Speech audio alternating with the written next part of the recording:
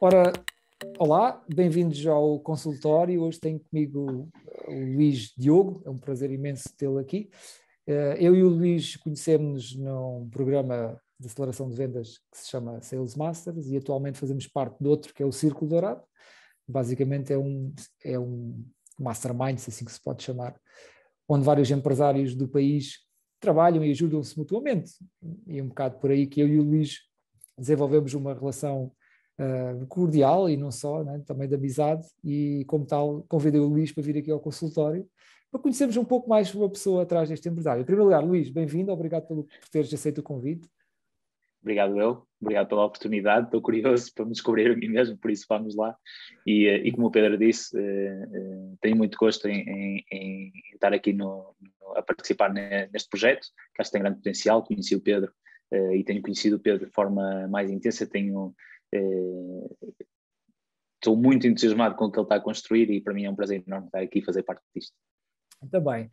O Luís tem características muito únicas e especiais, obviamente que todas as pessoas hão de ter também, mas o Luís é um exímio da gestão, se é que, pelo menos é assim que nós o vemos e é que eu vejo também. Luís, esta questão da organização, para conhecermos um pouco mais de ti, isto vem de onde? Ou seja, onde é que tu vês a beleza da organização, da gestão e dos processos e todas estas coisas que tu adoras?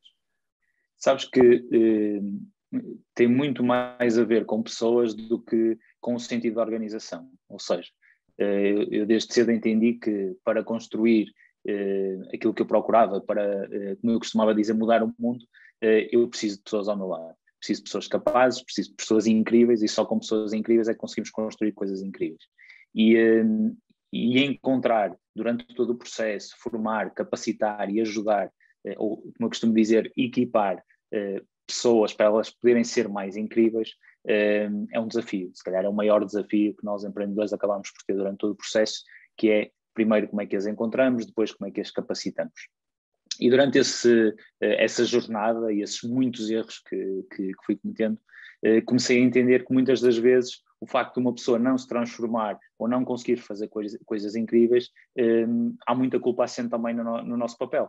E aquilo que eu entendi é que se eu conseguir conservar ou conseguir responder à parte da organização, à parte da estruturação e conseguir entregar isso e simplificar essa parte para o lado das pessoas que participam no projeto, o que acontece é que elas ganham mais espaço para serem criativas, ganham mais espaço para estarem tranquilas, e isso acaba por colocar essas mesmas pessoas, e eu, inclusive, num estado mental onde é mais fácil atingirmos objetivos e é mais fácil atingirmos resultados que são muito mais satisfatórios.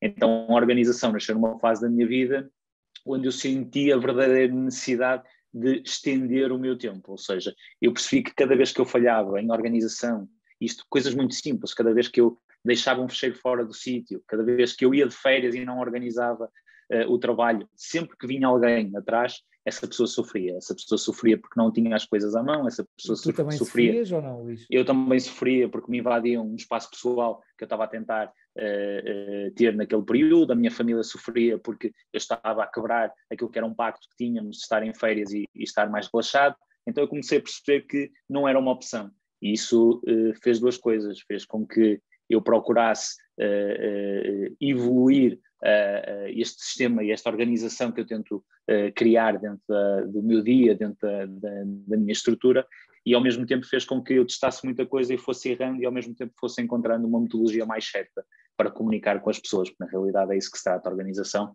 é para a comunicação, seja connosco ou com outra pessoa. Ok.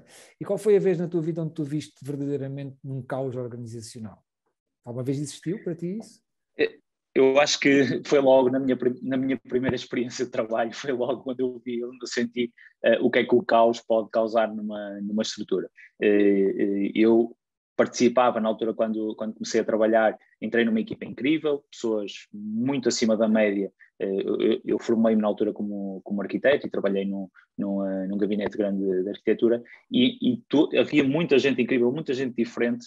E eu sentia que, e apesar de nós termos atingido resultados muito interessantes, aquilo que nos separava de sermos verdadeiramente fantásticos e aquilo que nos separava de nós estarmos verdadeiramente a outro nível era claramente a organização. E isso frustrava-me, porque ninguém tinha iniciativa de pegar naquilo, ninguém tinha capacidade de entender onde é que aquilo nos podia levar. Então eu, com 25 anos, na altura, decidi, ok, ninguém quer pegar na empresa, eu pego, eu faço, e foi aí que começou a minha quase que necessidade de me impor a mim mesmo, de ajudar toda a gente a ser mais organizado. Por isso, se calhar, o meu primeiro grande choque foi logo no primeiro trabalho profissional, onde me colocaram numa posição muito desconfortável, a mim e a todos, mas isso a mim incomodava-me, e eu assumi a iniciativa de fazer diferente, ou de tentar resolver de forma diferente. Ok. E olha lá, então, se olharmos para a tua infância, eu por acaso não sei nada sobre ti, sobre isso, mas o objetivo é mesmo que estas conversas sejam uma descoberta ao vivo, né? Quando olhamos para a tua infância, já agora, tens irmãos, não tens irmãos, cresceste com o teu pai, com a tua mãe? Tenho uma irmã que é muito velha ou mais parecida, nova? Mais nova, e é muito parecida. Também é assim, também gosta muito das É coisas muito metódica, organizadas, muito metódica. organizada. Então foram buscar isso aonde? Na vossa vivência, era tudo muito metódico e organizado também, ou vocês tinham uma experiência diferente com os vossos pais? Eu sinceramente, eu olhando para os meus pais, eu sinto que eles tinham uma rotina, mas nunca senti que eles fossem muito metódicos na forma de atingir. Eu acho que isso naturalmente aconteceu, se calhar por uma necessidade familiar de nós termos que ser muito exímios na capacitação de recursos que tínhamos na família. Ou seja, eu não nasci, nunca me faltou nada, mas os meus pais privaram-se de muita coisa para me dar essas possibilidades de nunca me faltar nada. E eu desde muito cedo assumi uma responsabilidade grande de primeiro tirar essa mochila dos meus pais e conseguir quanto antes dar um passo de independência e deixar de ser um peso naquela altura financeiro para os meus pais, e acho que a minha irmã herdou também um pouco esse sentimento, não é? E aquilo que aconteceu naturalmente é que nós aproveitamos cada oportunidade que nós tínhamos para maximizarmos a possibilidade de termos melhores resultados, e acho que isso se foi construindo, mas acho que sinceramente se acentuou muito, e aqui um traço de personalidade que se acentuou bastante foi na altura onde eu tinha aquele emprego que estava a falar há pouco, que foi ou seja, eu atingi muito rápido para a minha idade uma posição muito confortável, que a maior parte dos meus amigos e colegas que tinham feito uma formação comigo não tinham essa posição, e eu decidi largar tudo para entrar nesta jornada de empreendedorismo. E isso foi muito desafiante, mas também foi colocar a vida completamente do avesso, porque eu de repente não queria voltar à sobrecarga dos meus pais, porque não queria dar um passo atrás naquilo que tinha sido uma grande conquista que eu tinha dado ao nosso espírito familiar, e isso colocou-me numa posição de limite total, porque os primeiros anos dessa minha jornada foram anos muito complicados, e isso obrigou-me a maximizar literalmente cada oportunidade que eu tinha, porque elas eram poucas, e porque eu vivi num estado de frugalidade total, e pronto, isso acentuou ainda mais essa característica que já vinha no meu processo de formação, que claramente eu era dos poucos dentro, se eu olhar, porque eu sempre fui educado no mundo das artes, e o mundo das artes é muito mais expansivo, ou seja, é exatamente, se calhar, o oposto daquilo que eu faço. Da organização, exatamente. E esse é o equilíbrio que eu procuro. Aquilo que são os meus hobbies são sempre muito artísticos, e eu vou buscar um pouco esse equilíbrio ao meu dia-a-dia na minha vida pessoal. Mas quem me rodeava eram muito livres, okay? Não existia um grande caráter metódico, tanto na formação artística no liceu, como depois na universidade. E eu sempre sentia que eu nesse aspecto era um pouco diferente, porque eu sentia mesmo, e se calhar era um peso que eu trouxe da minha infância, positivo ou não, mas eu sentia que eu não tinha esse espaço de oportunidade de errar. Para mim, ficar um ano atrás, para mim, tirar uma negativa, eram coisas que não existiam dentro do meu mapa. Foi sempre desde muito cedo da tua idade escolar, imagina, a partir dos 10 anos, quando foste para o ciclo, ou foi mais tarde? Eu costumo, isto é uma reflexão que tenho feito ultimamente, eu sinto-me a viver um pouco o sonho que foi condicionado do meu pai. Ou seja, o meu pai e a minha mãe nasceram em meios muito humildes, meios muito limitados naquilo que eram os sonhos que as pessoas antigamente na nossa zona, onde eu nasci, ambicionavam. E o meu pai sempre foi uma carta muito fora do baralho, ou seja, sempre foi, dentro daquele contexto, uma pessoa com uma visão e com objetivos para ele mesmo muito acima daquilo que eram a média. No entanto, ele foi muito condicionado pelas circunstâncias da vida, onde ele não teve a plataforma que eu tive para explorar e potenciar esses mundos. E eu acho que assumi um pouco essa bandeira, não é? missão, exatamente, essa bandeira de, ok, tu agora cumpriste a tua missão e fizeste este sacrifício por mim, e eu agora vou dar continuidade a este plano quase que conjunto que nós estamos a ter e vou expandir esses sonhos. Só que isso, durante uma fase da minha juventude, colocou alguma pressão naquilo que eram os resultados, por exemplo, escolares que eu tinha que ter. Ou seja, eu estava a ser contraproducente, por exemplo, nessa fase do ciclo já estava a ser contraproducente, que era a pressão que eu levava para um momento decisivo já era desmensurada face ao próprio impacto que aquele momento acabava por ter. E foi engraçado porque há uma história que eu me lembro muitas vezes e que voltou nesta reflexão que eu tenho feito mais recentemente. Há uma história onde o meu pai, quando eu andava no 7º ano, mais ou menos, me projetou que me colocava demasiada pressão quando eu ia fazer um exame. E a minha mãe percebeu isso. A minha mãe foi um elemento decisivo nesta fase. Ela identificou o nervosismo que eu levava todas as manhãs antes de um exame, e aquilo que ela acabou por fazer foi... tivemos uma conversa familiar e tivemos uma conversa, eu, meu pai e a minha mãe, onde conversámos sobre a não necessidade que eu tinha, até pelas notas que eu tinha e pelo percurso que eu fazia, de levar tanta pressão.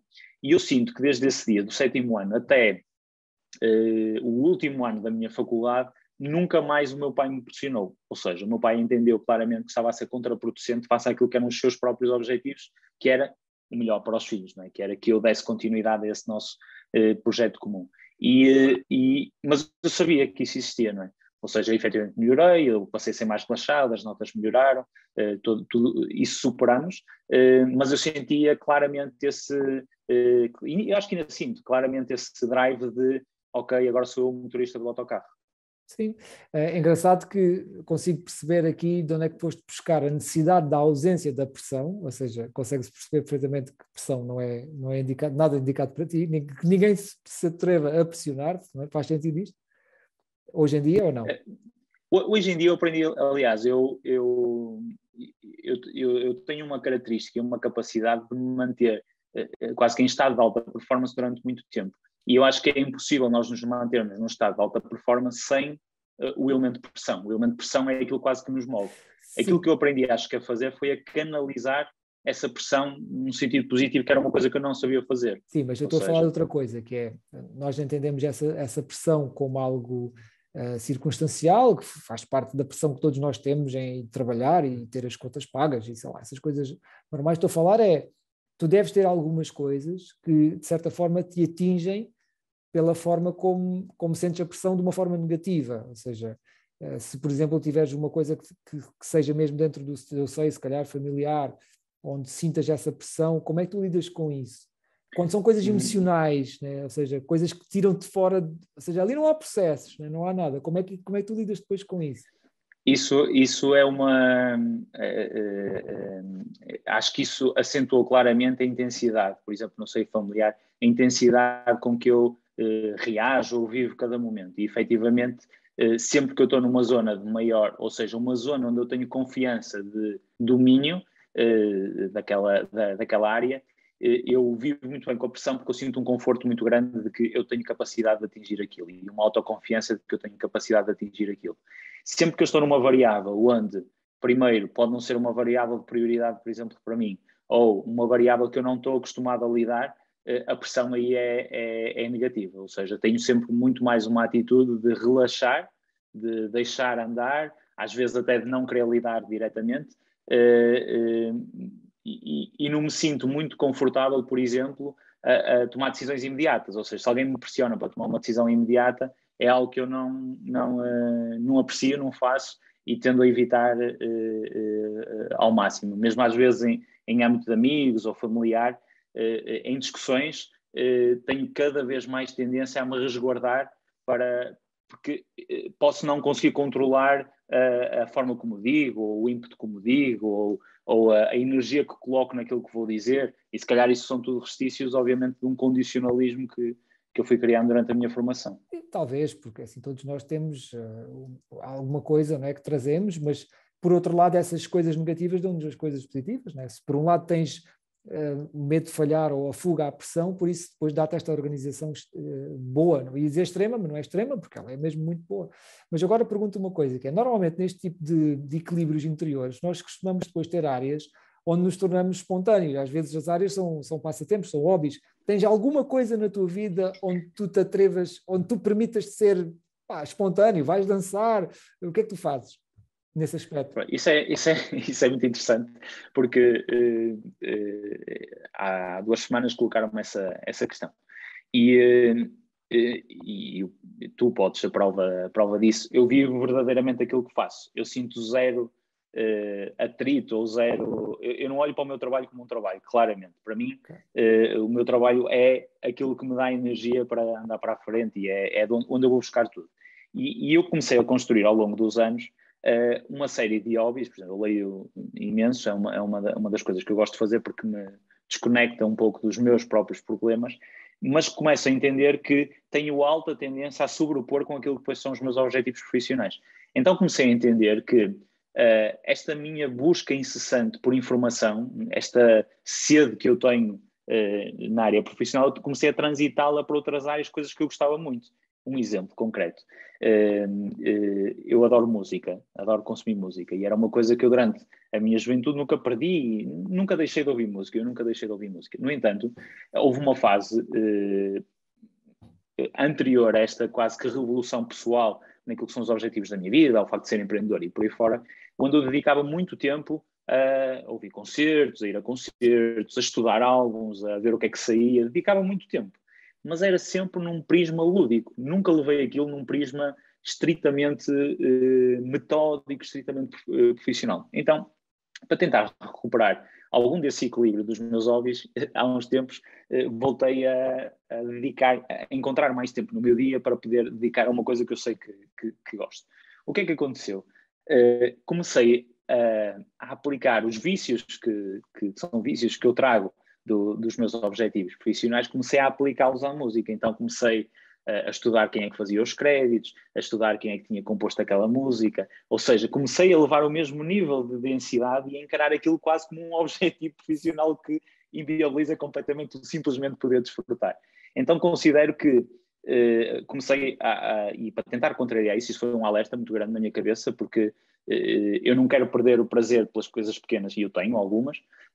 Ouvir música, uma coisa que eu faço sempre o fim de semana é um fim de semana onde normalmente não toco em nada profissional e tenho muita tendência a ir com a minha mulher, ou seja, gosto muito de ir para a praia, eu faço surf de vez em quando, a nível de desporto, e são coisas que eu gosto porque me tiram completamente do meu mundo, daquilo que é o meu dia, que é o meu dia a dia, que é uma coisa que eu tenho dificuldade de fazer, e então tentei provocar uma nova, que era algo que eu tinha na minha juventude, na fase da arquitetura, na fase da formação artística, que era desenhar. Porque sempre que eu estava num processo de desenhar, ou seja, de sentar numas escadas, numa rua e desenhar o que estava a ver, era sempre um processo onde eu só pensava e só centrava energias naquilo, ou seja, não havia nada, não havia nenhum outro objetivo a não ser aquele momento fazer aquilo. E é quase como uma terapia, não é? E eu a semana passada comecei a provocar este momento, e é um dos objetivos que eu tenho, é provocar esse momento onde eu saio daqui de casa, vou ao pé, vou ouvir música e estou lá e estou simplesmente a desenhar e a desfrutar, porque eu sinto muito falta desse equilíbrio, ou seja, às vezes é frustrante nós em tudo na nossa vida colocarmos essa energia de tentarmos ir até à última folha da internet, tentarmos ir até à última, e eu sinto muito isso é o contraposto depois a algumas características que são mais positivas na área profissional. Sim, aí podemos ir buscar aquela analogia, aquela ideia do lado direito do cérebro e do lado esquerdo do cérebro, ou seja, o lado direito do cérebro sendo o lado colorido, criativo, que é estimulado por visualização, por artes, por inspiração, por escrita da poesia, por desenho, como tu estás a dizer, e o lado esquerdo do cérebro, que é a mente racional, que cá está, são processos, são raciocínios, são contas e tudo mais. O que acontece é que as pessoas nestas características, quando usam demasiado o lado esquerdo, depois têm mesmo que estimular o lado direito, porque nós pensamos assim, eu tenho o lado esquerdo muito estimulado, vou desligar o lado esquerdo. Não dá, ele está estimulado, ele vai continuar a trabalhar, e é o que tu estás a dizer, ele continua a trabalhar e a fazer-te contas de cabeça com tudo. E daí que foi um bom instinto de tu ires desenhar, porque é realmente uma das atividades que te vai ajudar, porque é uma atividade do lado direito do cérebro. Porque a música não serve porquê? Porque para mim, eu também tenho um passado de música, a música também às vezes torna-se analítica, porque eu estou a analisar o baixo, não sei o quê, a guitarra, a bateria, o ritmo que está, e então tenho que fazer o quê? Tenho que compor, eu também componho e ponho-me a compor, que é para ti igual a desenhar, eu por acaso não tenho jeito nenhum para desenhar, sou horrível, mas pronto, mas é exatamente isso, Luís, porque se tu fizeres esse tipo de atividades criativas, não é? Tu estás a estimular o lado direito do cérebro e isto é como se o lado direito ocupa espaço e o lado esquerdo acaba por desligar porque agora o lado direito está a tomar conta. E é isso que nós temos que fazer para gerir e acho que é um excelente instinto. Uma coisa, Luís, eu não sei se isto faz sentido para ti, como é óbvio, né? se encontras alguma ressonância nesta comparação lado esquerdo e lado direito do cérebro.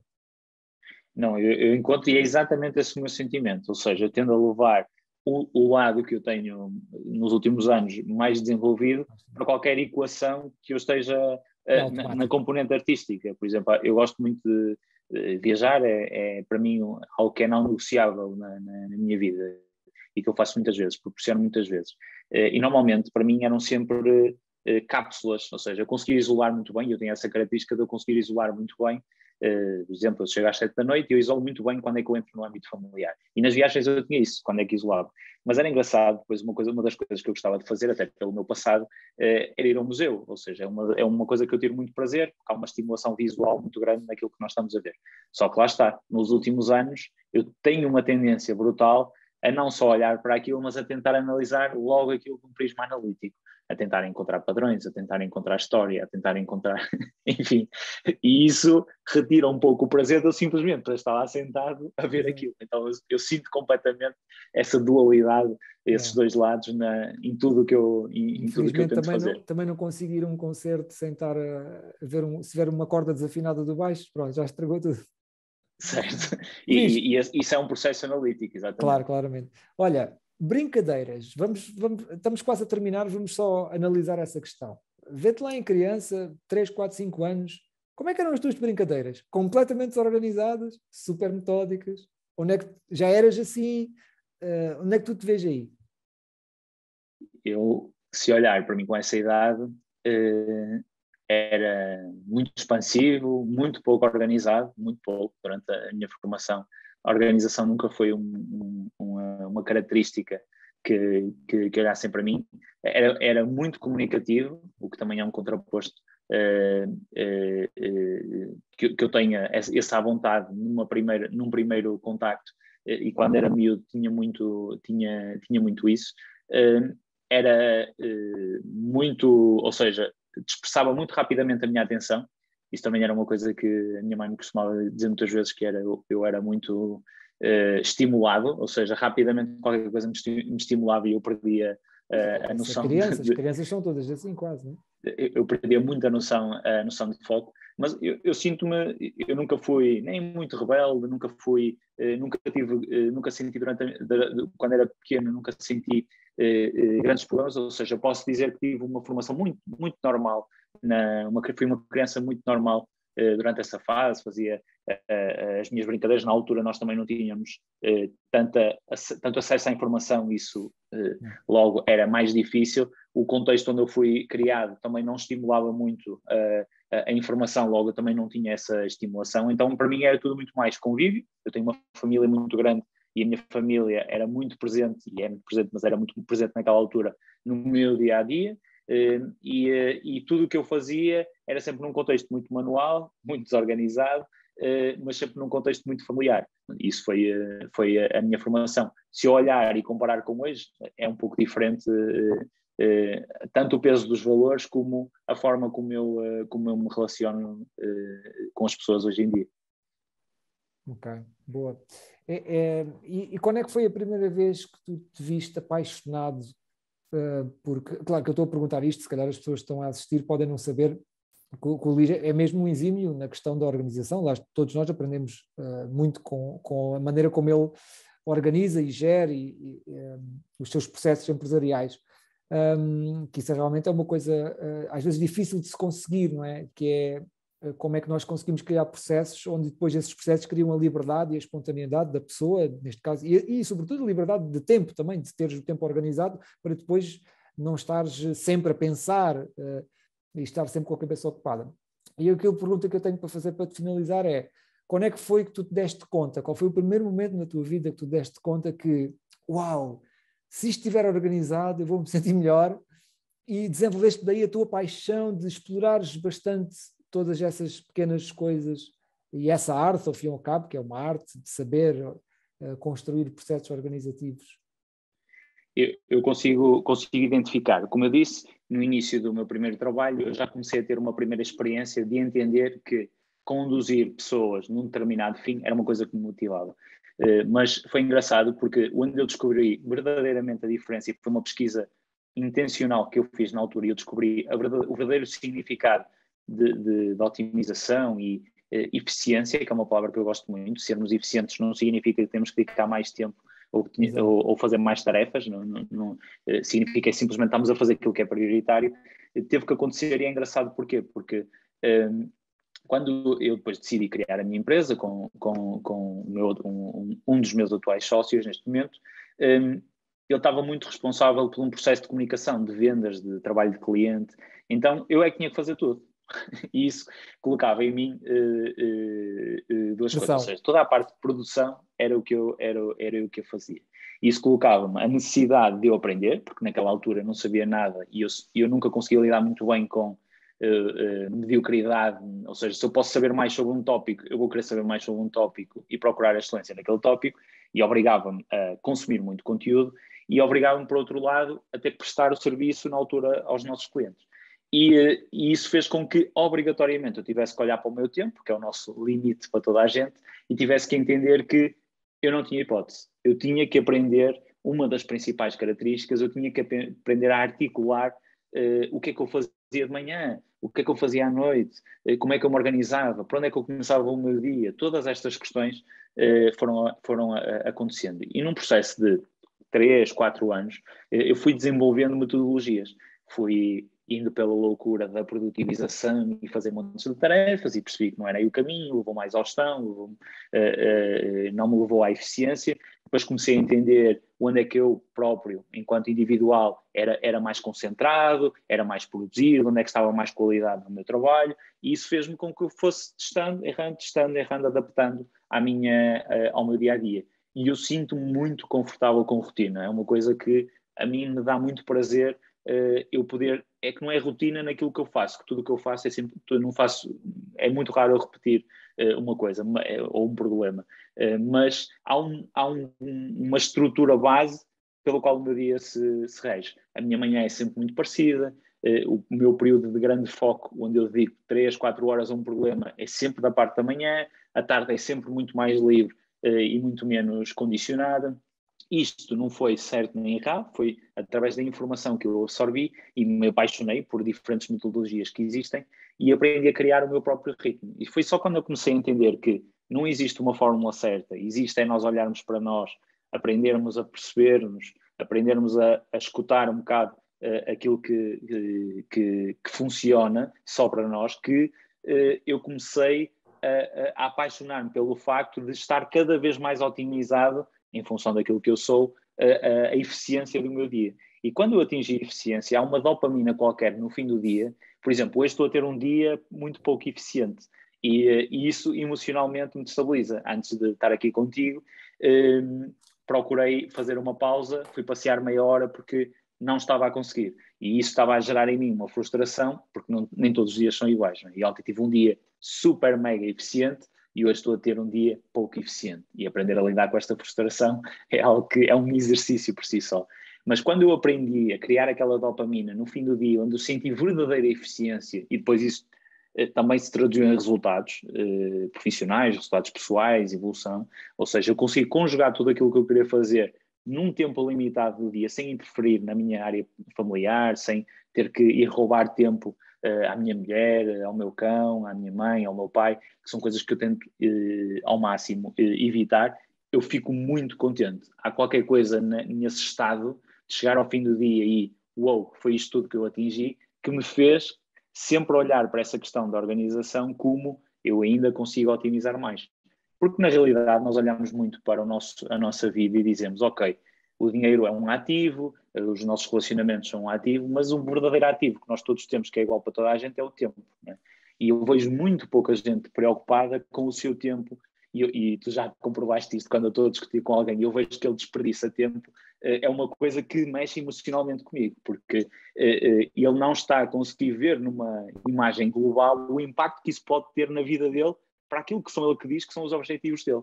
Ou seja, se ele aprendesse a ser mais eficiente, se calhar até trabalhar menos horas, mas a ser mais eficiente naquilo que era o seu dia, simplesmente criando algumas regras fundamentais na sua organização pessoal, ele podia ser muito maior. E se ele quer ser muito maior, e eu vejo que ele quer, mas depois não está a ver o verdadeiro problema da equação do tempo, isso mexe muito comigo. Então, esse namoro foi acontecendo nessa fase. Depois eu fui evoluindo e fui naturalmente ficando cada vez mais satisfeito com o resultado que eu tinha para mim mesmo, e também naturalmente fui partilhando com quem gosto de pequenas dicas que a mim me ajudaram a atingir um melhor resultado.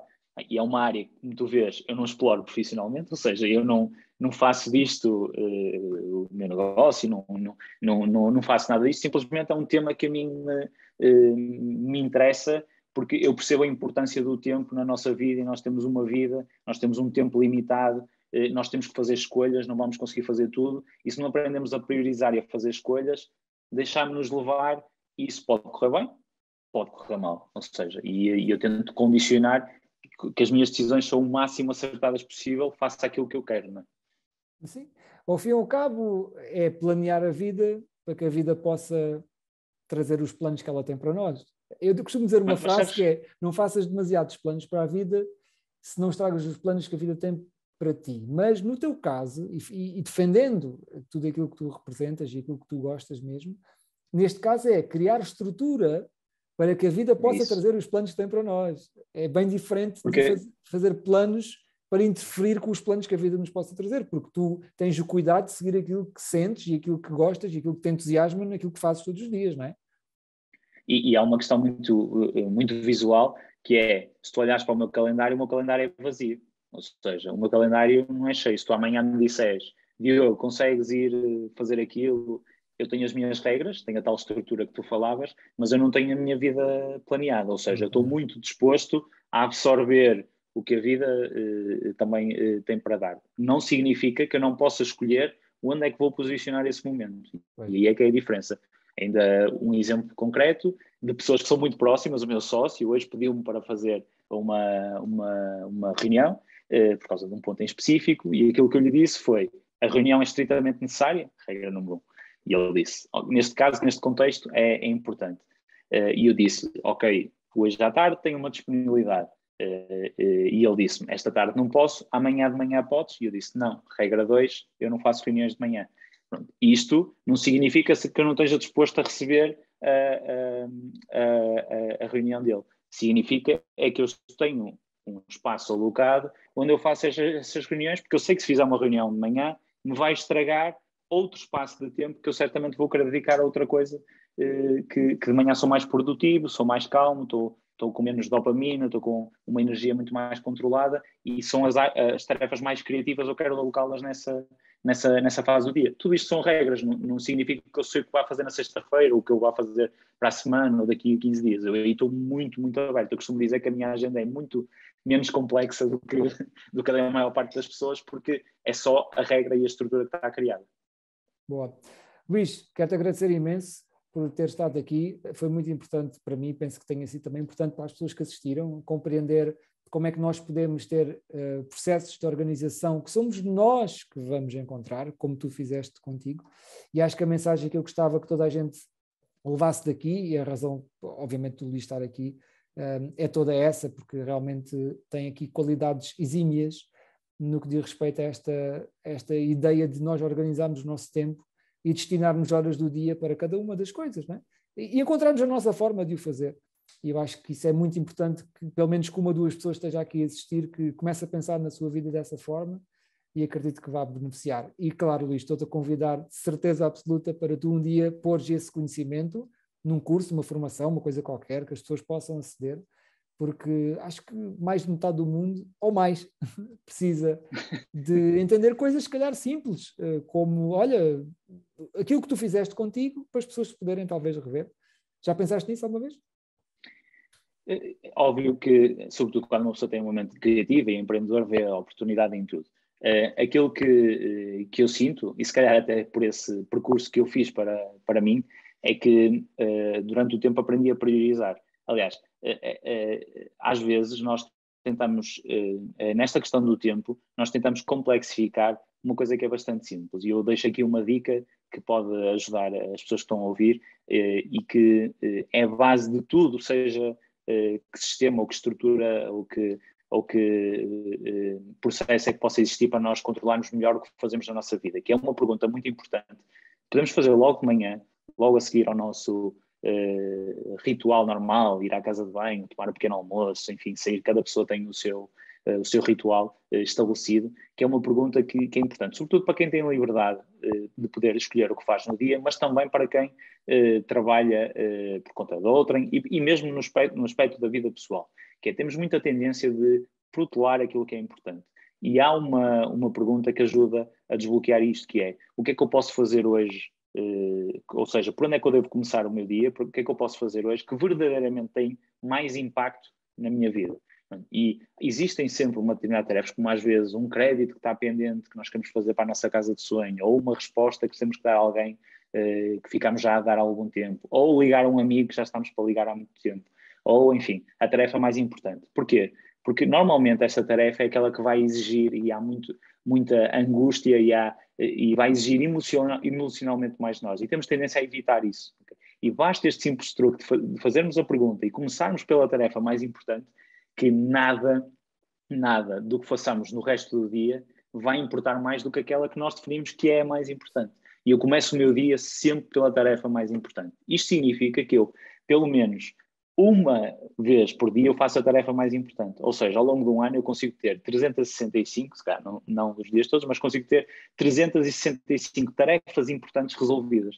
Se grande parte de nós fizesse 365 grandes tarefas, ou grandes missões, ou grandes objetivos durante um dia, às vezes são pequenas coisas, a nossa vida tem que estar melhor que passado um ano. Tem que estar melhor. Porque das duas, uma, ou não aprendemos a priorizar, ou estamos a escolher mal aquilo que são as nossas prioridades. E só este pequeno exercício, só esta pequena pergunta, transforma inevitavelmente a nossa natural, e às vezes isto acontece-me, e eu acho que acontece com toda a gente, natural tendência de protelar aquilo que é verdadeiramente importante, porque às vezes é aquilo que nos apetece fazer, mas nem sempre o que é importante é o que nos apetece fazer. E isso é só desbloquearem e pensarem sobre isso mesmo no aspecto pessoal, e eu tenho tendência a isso, a não querer evitar a tarefa mais... Acho que é a regra mais importante, que é a tarefa de não querer evitar aquilo que é o mais importante que eu posso fazer hoje, independentemente do que o resto do meu dia vai ser. E isso acaba por ser. Relativamente à questão da formação, ainda não descobri o formador dentro de mim, é uma das coisas que estou a evoluir e também ainda não... é quase contraproducente, que é, eu podia explicar a alguém isto, mas depois eu acredito que isto é muito pessoal de pessoa para pessoa, e conseguir encontrar aqui uma metodologia, ou conseguir encontrar aqui perguntas que façam sentido para o contexto de qualquer pessoa, acredito que seja difícil. E depois, se calhar, também ainda não encontrei o tempo ou a prioridade, porque nós temos sempre tempo, a prioridade, para dedicar a levar isto às pessoas, a levar este tema às pessoas. Mas, se calhar, está aí um bom indicador para repensar. Exato, fica aí a promessa. Então, olha, Luís, muito obrigado pelo convite. Obrigado. Pelo convite, isto é, por teres aceito o convite. E a todas as pessoas que estão a assistir, até ao próximo consultório. Muito obrigado. Muitíssimo obrigado. Espero ter contribuído e fico muito contente, como tinha dito, de estar aqui, estar contigo e estar com as pessoas que estão a ouvir.